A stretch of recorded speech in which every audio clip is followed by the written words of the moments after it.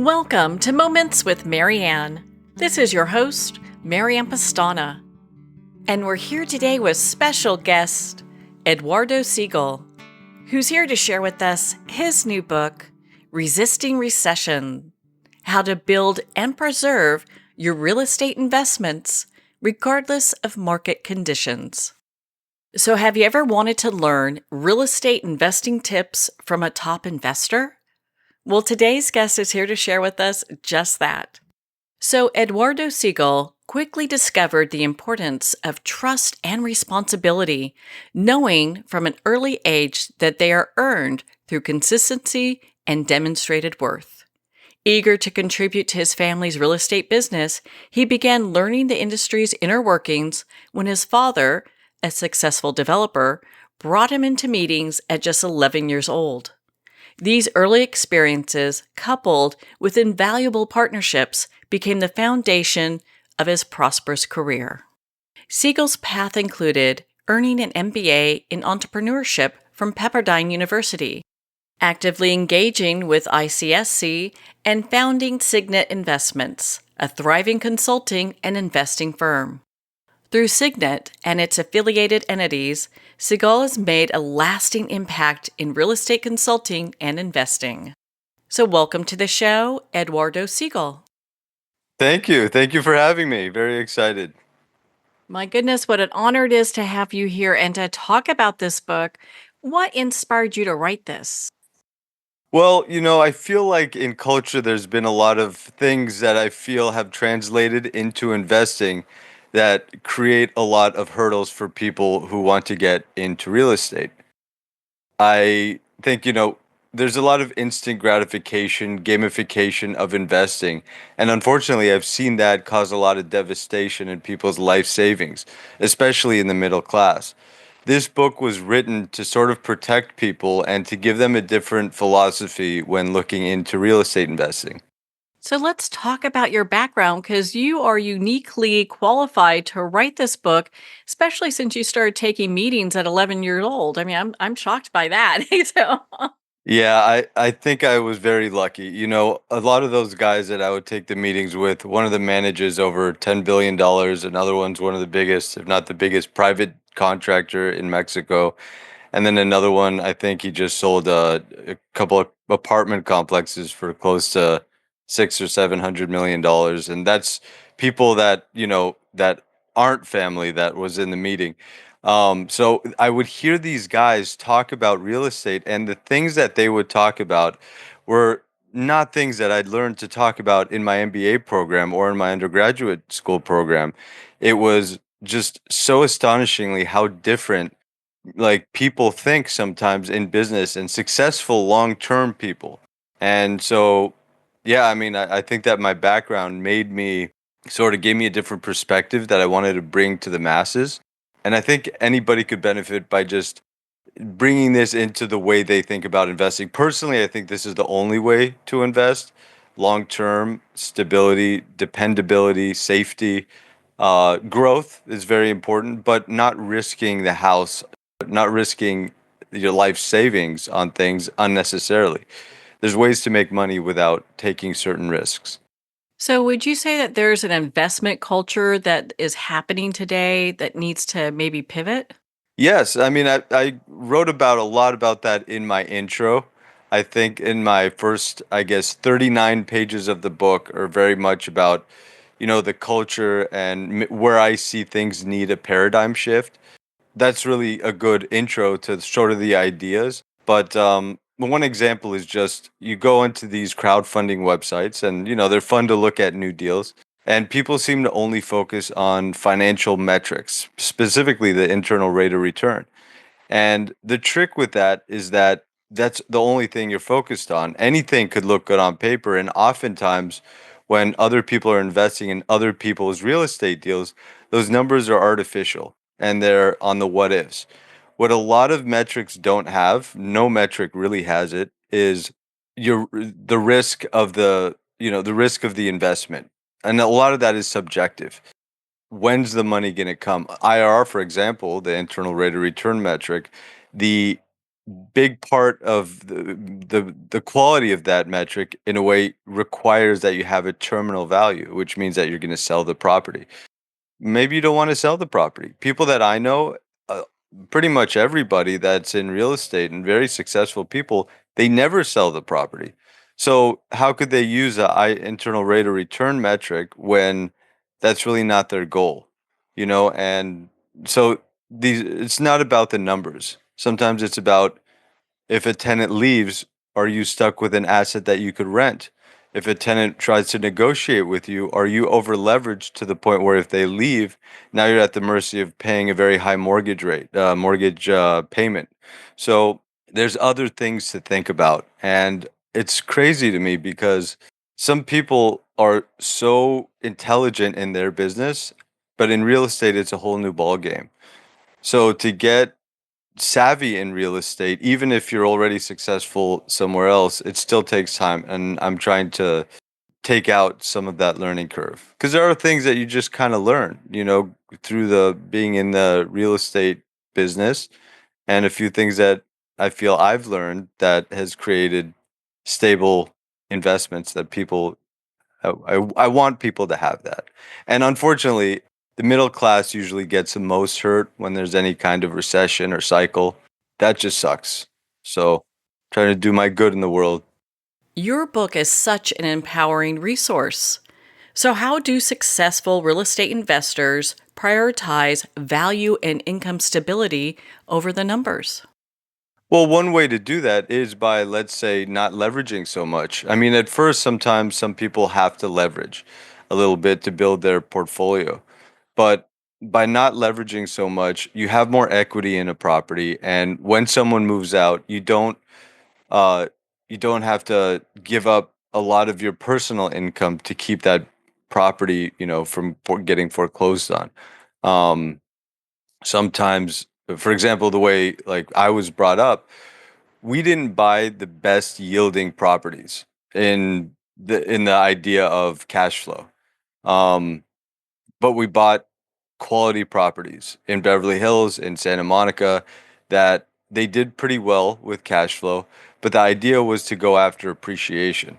So over 10 years, 20 years, some of the assets we've had for decades, the values have gone up so much that what was a $2 or $3 million property in the early 90s is now a 20, $30 million property today. And that's the idea. It wasn't about trying to make a killing day one. It was about buying quality stuff that in the long run would do really well because the right fundamentals were there. Um, I have a podcast, and one of my guests once said that money is made in real estate in supply constrained environments. And that's kind of what Santa Monica is, but it's also markets that have very quickly growing demand. Big cities tend to have that. So so yeah, that's kind of the philosophy. Less yield, but better position long term. Do you feel like Santa Monica is uniquely positioned in that way? Because I know old Santa Monica, when people bought their houses in the 60s and 70s, it's so different than it is today. I mean, I think that California has a housing problem, that being a supply constraint problem. So I think that there's some benefits there. It gets a bit complex when you start talking about rent control and certain restrictions and what you could do with housing, what you can't, and government interference, which is also something else that I write in my book. Um, but to answer your question, Santa Monica, it has its unique. People love Santa Monica. I think that it's got, they call it the weather tax because it's a high tax state, but things are very expensive there, but people want to be there. It is a luxury to be able to afford to live there, but it's not the only type of place. Right now I'm in Carmel by the Sea, very small town, but that's another unique kind of city where you can't replace it. You have Big Sur, you have certain things here on the coast that are just unique to this area. And it's not like you could the main in Maine, in real estate can be 2 blocks away in 5 years because a Best Buy and a mall gets put there or something. It's a very unique piece of property in the land aspect of it. So, what would you say is the key to finding your unique value add in real estate deals? God, I love that question because that's so individualized. Um, everybody has different skill sets. My cousin, he's a Harvard MBA, extremely brilliant. He's I wouldn't say he's comfortable with risk. Where he's good at is knowing where a property can improve in the operations. So he will take a property where it might be mismanaged a little bit, and he'll create a ton. And he's done this, he's for our family, where he will redo a lease. When the lease comes up, let's say we had one property that was on a month-to-month lease.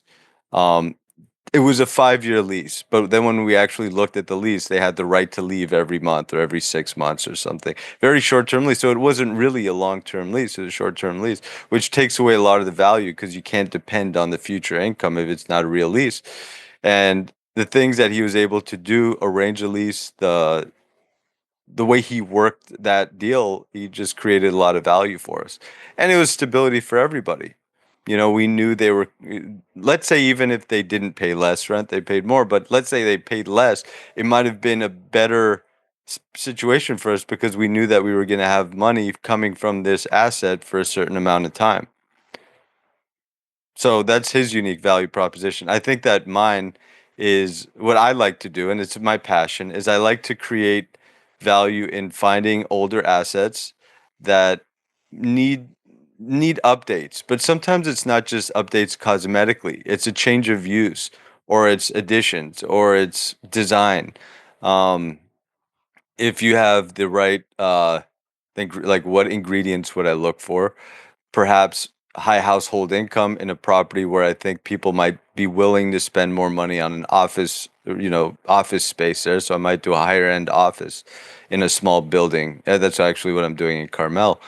Um, it's retail also, but there's no high end offices here. It's an extremely constrained supply office market. A ton of Silicon Valley money is coming down here because of COVID. People started moving more. And it seemed to be the trend now that COVID's done. And it's that kind of city. So it seems to have the right ingredients for that sort of thing. Well, it sounds like you really know how to identify trends. Well, on that note, we're going to pause here for a quick break. We've been speaking with Eduardo Sigal in regards to his new book, Resisting Recession: How to Build and Preserve Your Real Estate Investments Regardless of Market Conditions. You've been listening to Moments with Mary Ann. We'll be right back after these messages from our sponsors. Are you an author, speaker, or expert who is looking for more publicity? Visit radioguestlist.com and sign up for free interview requests from shows looking for guests. Radio Guest List is the #1 free booking resource for radio, podcasts, and TV talk shows who are looking for experts like you right now. Visit radioguestlist.com and sign up today to get the visibility you deserve. There comes a moment when you realize you're somewhere special. When you discover that each beautiful creature that you see has been rescued from a life of absolute horror and brought to this incredibly free place. Here's where their lives were forever changed and where yours will as well. Discover over 500 tigers, bears, and lions at the brand new visitor center at the Wild Animal Sanctuary just outside Denver. For more information, visit wildanimalsanctuary.org. Discover true freedom at the Wild Animal Sanctuary. It's one thing to become attached to your perfect home, but what do you do when that home becomes attached to you?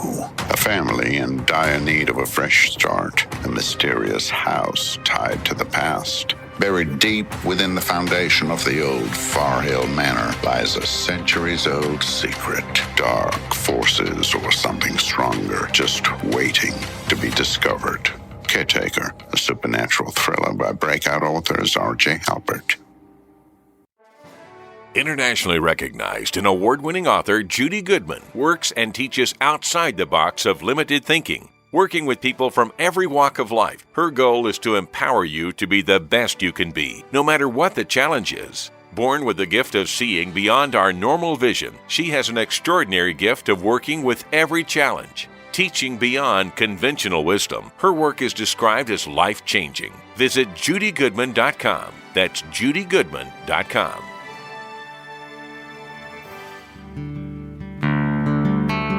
I'd like to thank Jason Eastwood at Guitarfulness for sharing his inspiring music and talent with us. His music is known worldwide for cultivating atmospheres of harmony, inner peace, and clarity. Visit Jason's website at guitarfulness.com. Join his newsletter, be part of his community, and download his music. Welcome back to Moments with Marianne. We're here today with special guest, Eduardo Sigal, who's here sharing with us his new book, Resisting Recession: How to Build and Preserve Your Real Estate Investments, Regardless of Market Conditions. When should we approach investment opportunities from scratch instead of relying on formulas? Formulas help. I think they're a big part of the equation. I think you need to do that a lot of the time, but some of it is gut and intuition. A lot of times, I think it's just keeping your eye on the market, using market knowledge, and seeing where you can be creative. I uh, This is something that I love talking about with people because it's interesting to see how they talk a lot about intuition, and some of them just talk about knowing and being there. And you can't get lucky if you don't buy the ticket to the lottery. Um, I think that you just have to be aware. You have to talk to brokers. You have to you got to hit the street. You got to know what prices are. If something's way under market compared to the competition, then there's value there. Uh, I think that's part of it. Knowing what changes are happening in the city. Sometimes there's big zoning changes that'll change the dynamics of opportunities, and that's a huge value add. And if you know about that, then you have a competitive advantage. A lot of it is trying to find your competitive advantage. So, how can we prepare for unexpected market shifts? That's a great question. I mean, that's what resisting recession's about. There's always going to be cycles. People in real estate tend to forget the bad times exist, and they think that good times will last forever, and they don't prepare for those market shifts. So one big one is, and I kind of touched on it, was not to be over leveraged. That's a big one. Right now, with interest rates in the last year and a half have kind of blown up, a lot of people don't have the ability to pay a new loan if they have to, or they can't afford the current loans. So that's actually one of the biggest, probably 80% of problems come from that. Another one is keeping a very good reserve fund within the property. A lot of people want to take the money out and distribute it to investors or keep it if it's a family asset. Not take the cash out. But I think it's also not confusing what's best for the business to what's best to the individual. A lot of people justify things that they want in life and they suck the money out of the business. But the business is almost, in my opinion, like its own entity. You got to treat it and you got to keep it healthy for it to survive long term, which ultimately that's what you want. That's your life savings and things like that. So I think keeping a healthy and diversification, I think, is another way to stay strong in the cycles.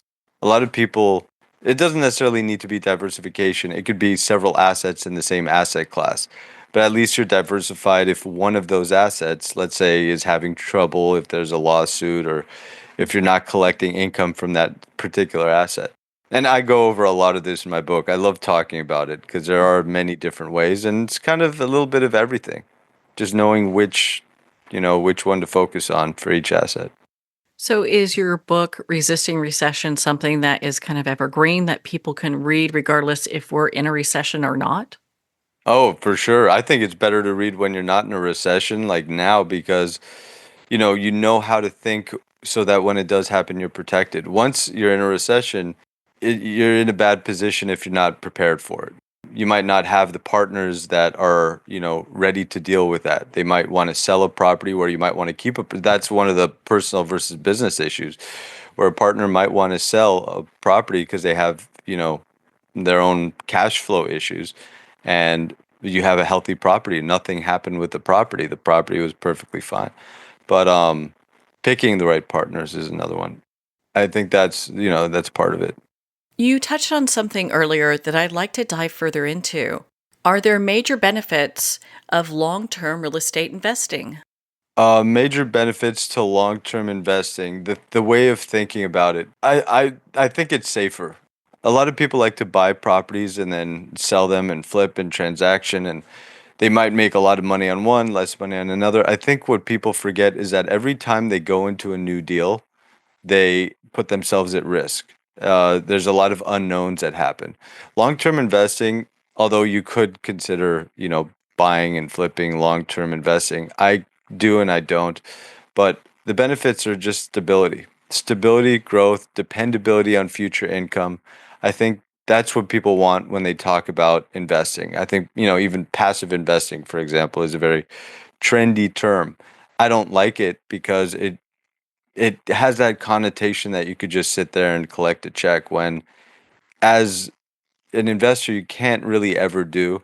I think you always have to keep your eye on the ball to some degree. And maybe that's what people promote, but it's not talked about enough. I think there's a lot of sort of dismissing the responsibilities of a lot of property, a lot of neglected properties because of that. So, what is the rationale behind prioritizing investment position over financial metrics?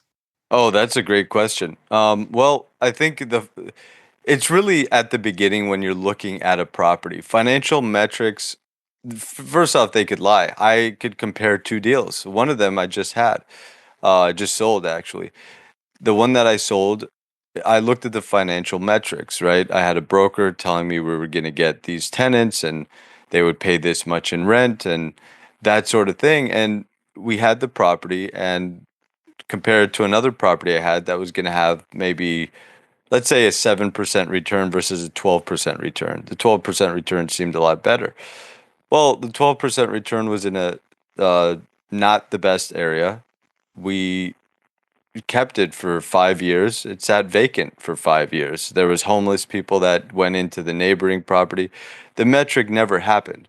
So we were focused on the numbers, not necessarily on the quality of real estate. That's where, I mean, the real estate was still good quality. That's why we were able to sell it at a profit. But the principle was that the metrics really don't always tell the whole story.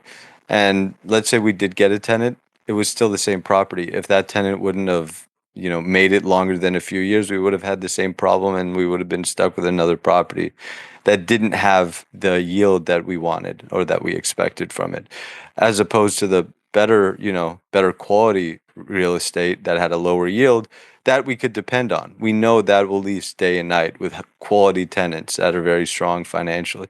So I think that when you think long term like that, it's better. It's funny because sometimes you actually make more money with better quality tenants going into a thing you're going to make a lower yield just because it's a better property. And there's a saying that good things tend to happen to good properties and bad things tend to happen to bad properties.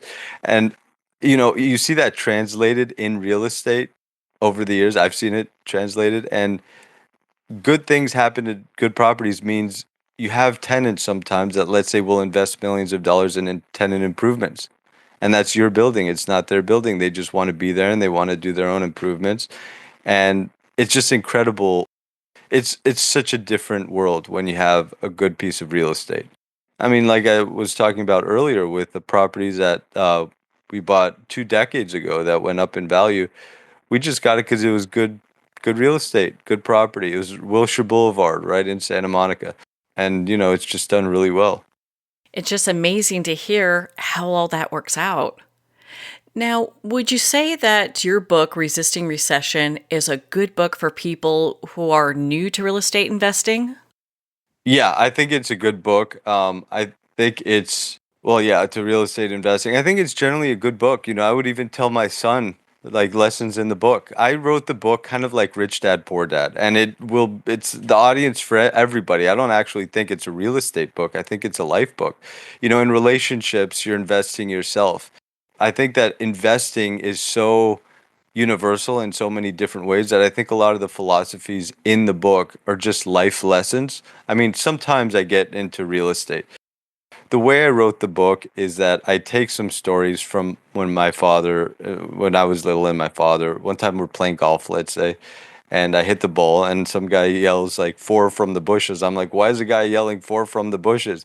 And I go to the bushes, and it's my dad looking for golf balls because when he was younger, he couldn't afford to play golf unless he found golf balls. So to this day, where he could afford all the golf balls he could hit, he still ends up in the bushes.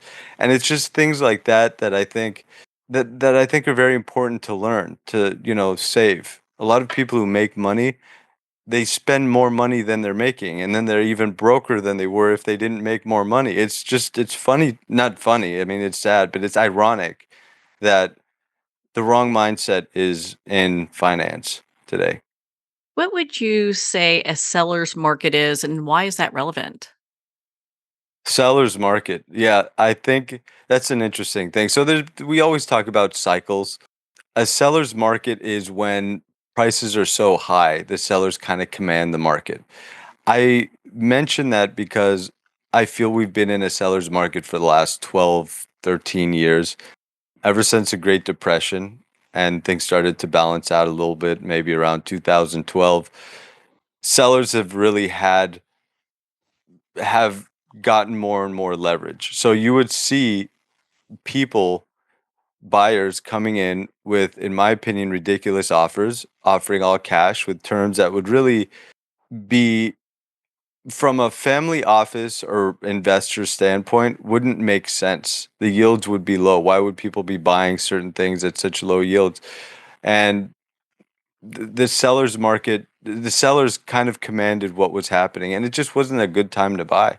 I think that as things are changing, interest rates are, very high now. The money supply has changed a lot. I think that other opportunities are going to change that. And buyers markets, when prices come back to planet Earth, I think not that they're going to come down super low, but that the opportunities are going to make sense. Family offices are going to have a chance. I think the individuals are going to have a chance. Let's say you want to do an Airbnb and you want to get a house, that makes sense, that is not, $2 million. Most people can't afford that, something that makes sense for people to invest. So I think that the seller's market era is coming to an end. So, where can our listeners connect with you and learn more about your book and your work? And of course, your podcast. I want to know the name of your podcast and be part of your community. Yeah, I would love that. So for me, you can reach me at Signet Investments. Signet is not the best word because it's very hard to spell. People say it wrong when they read it, and I sound like Rocky Balboa, so I don't always translate the doesn't always sound good coming out of my mouth. But it's SIGNET investments.com. That's my website. My podcast is the Signet Podcast, same name. And yeah, that's it. My book, it's on Amazon, and I love reaching, new people. So feel free to email me or anything like that. Open to talk. And I also have an investor profile quiz that I talk about in my book, um, that I'm putting up on my website. So if you get the book, feel free to do that. If not, I'll email me and I will be happy to send you the quiz. And it's Eduardo at Signet Investments with a U, Eduardo. Well, Eduardo, thank you so much for taking the time to be on the show with us here today. Yeah, thank you. Well, thank you, Eduardo. It's been such an honor to spend this time with you and to talk about your new book, Resisting Recession. Make sure to pick up Eduardo's book. It's available on Amazon, Barnes & Noble, and everywhere books are sold. And remember, support our indie bookstores. If you don't see it on the shelf, just ask for them to order it. You can also connect with Eduardo on his website, signetinvestments.com. Well, we're at the end of our time today. I'd like to thank everyone for tuning in. You've been listening to Moments with Mary Ann, where we make every moment count.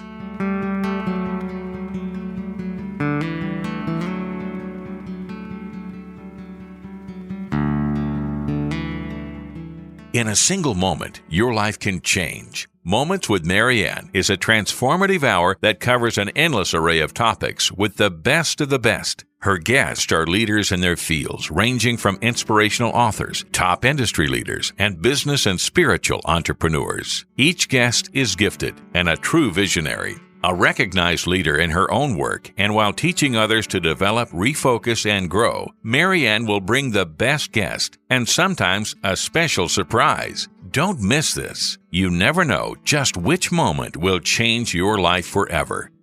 Make sure to tune in and visit momentswithmarianne.com for more information.